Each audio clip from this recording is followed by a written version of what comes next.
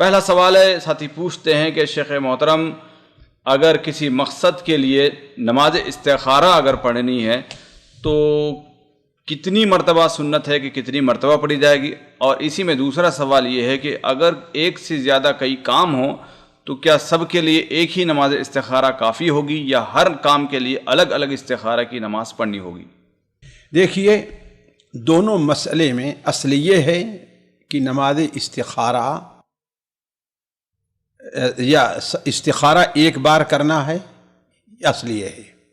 دوسری چیز یہ ہے کہ حدیث کے ظاہر سے پتہ چلتا ہے کہ ہر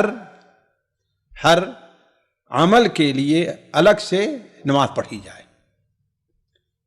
جس کے لیے استخارہ کر رہا ہے اس کے لیے الگ نماز پڑھی جائے، اس لیے کہ اللہ کے رسول صلی اللہ علیہ وسلم کی حدیث جو حضرت جابر بن عبداللہ سے ہے وہ اسے معنی دیتی ہے۔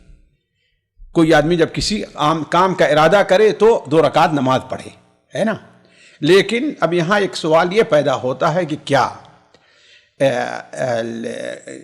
اگر کسی انسان کو ایسی ضرورت پیش آ گئی کہ 2 کام ایک ہی ساتھ پیش آ گئے، جیسے مثال کے طور پر وہ سفر پر جا رہا ہے، اس کا مقصد وہاں پر کوئی دکان خریدنا بھی ہے اور کوئی سمجھے گاڑی خریدنا بھی ہے، یا دکان بھی خریدنا ہے، وہاں اپنے بیٹے کے لیے یا اپنے لیے شادی کا پیغام بھی دینا ہے۔ یہ سفر بھی کرنا چاہتا ہے، کرے یا نہ کرے، اس لیے کہ بعض حالات ہیں کہ سفر نہ کرے، اور کیا ہے وہاں جا کر کوئی چیز خریدنا بھی چاہتا ہے، ایسے حالات پیش آ جاتے ہیں۔ تو اصل تو یہ ہے کہ ہر ایک کے لیے الگ الگ کرے، لیکن اگر ایک نماز پڑھ لیتا ہے اور اس کے بعد جو ہے وہ اس کے لیے الگ سے استخارہ کرتا ہے تو 2 چیزوں کے بارے میں 3 چیزوں کے بارے میں تو بظاہر جائز ہونا ظاہر ہوتا ہے۔ یعنی اس سلسلے میں اب دیکھیں تو صحابہ کے اور اللہ کے رسول کا کوئی قول نہیں ہے، لیکن اصل پر دیکھیں کہ اصل مقصد کیا ہے، وہ نماز پڑھنا، نماز کے بعد دعا قبول ہوتی ہے۔ تو ایک ہی ساتھ انسان کئی چیزوں کی دعا کر سکتا ہے، 2 چیزوں کی دعا کر سکتا ہے۔ اب نماز پڑھ لیا اس نے، اس کے بعد دعا قبول ہو رہی ہے اور اس کا مقصد یہ ہے کہ ہاں بھائی ہمیں 2 یہ کام کرنا ہے اس سفر میں، دونوں کے لیے ہے، تو دونوں اگر استخارہ کرنا چاہے تو علماء نے جیسے متاخرین شیخ ابن جبرین ہیں، عبداللہ بن جبرین، انہوں نے اس کی اجازت دی ہے اور ممانعت کی کوئی دلیل نہیں ہے۔ تو اصل یہ ہے کہ الگ الگ کیا جائے، لیکن ایسی کوئی صورتحال پیش آ جائے تو اس کا مطلب کہ 2 کو ایک ساتھ ملایا جا سکتا ہے، یہ چیز ہے۔ دوسرے مسئلے کے بارے میں ایک سے زائد بار استخارہ کرنا یہ بھی جائز ہو سکتا ہے، بلکہ جائز ہے۔ اصل تو یہ جیسے ہم نے یہ کہا کہ انسان ایک ہی بار استخارہ کرے، اس کے بعد انتظار میں رہے کہ اللہ تبارک و تعالیٰ شرح صدر کیا کرتا ہے۔ شرح صدر نہیں ہوتا ہے تو سمجھدار آدمی جو لوگ ہیں، ہوشیار ہیں، معاملے کے ادراک رکھتے ہیں، آپ کے لیے خیر خواہ، ان سے مشورہ کرے، پھر اس کے بعد اس کے اوپر عمل کرے۔ لیکن اگر ایک سے زائد بار استخارہ کرنا چاہے تو اس کے لیے میرے سامنے جواز کی 2 دلیل میرے ذہن میں ہیں۔ ایک دلیل تو یہ ہے کہ حضرت عبداللہ بن مسعود رضی اللہ تعالیٰ عنہ کی وہ روایت جو صحیح مسلم میں ہے، کان اذا دعا دعا 3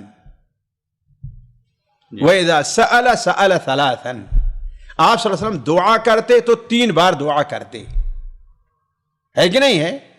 اسی طریقے سے حضرت صحیح مسلم ہی میں ہے شاید کہ حضرت عبداللہ ابن زبیر رضی اللہ تعالی عنہ نے جب خانہ کعبہ کی تعمیر نو کا ارادہ فرمایا تو اس وقت انہوں نے کہا تھا کہ انی مستخیر ربی 3، انی مستخیر ربی 3، میں اپنے رب سے 3 بار استخارہ کر چکا ہوں اور اب میں یہ کام کروں گا۔ تو یہ 2 دلیلوں کی بنیاد پر یہ کہا جا سکتا ہے کہ اگر انسان کو ایک بار کیا، شرح صدر نہیں ہوا، 2 بار کیا تو 3 بار استخارہ کر سکتا ہے، اور اگر ان کی بنیاد پر کوئی اس سے زیادہ بھی کہے تو ہو سکتا ہے، لیکن 3 ہی بار پر اکتفا کرے۔ کیوں؟ ایک تو حدیث کی بنیاد پر، دوسرے ایک جلیل صحابی حضرت عبداللہ بن زبیر کے اس عمل کی بنیاد پر۔ واللہ اعلم۔ سامعین اکرام، ہمارے علمی اور عوامی دروس اور سوال و جواب کی مجلسوں سے آپ خود بھی مستفید ہوں اور اپنے دوست و احباب کے ساتھ بھی شیئر کریں۔ عین ممکن ہے کہ آپ کے شیئر سے کسی کی اصلاح اور آپ کے لیے صدقہ جاریہ بن جائے۔ واٹس ایپ پر اسلامک میسج حاصل کرنے کے لیے نمبر نوٹ فرمائیں: یعقوب عزیز 009668089597707۔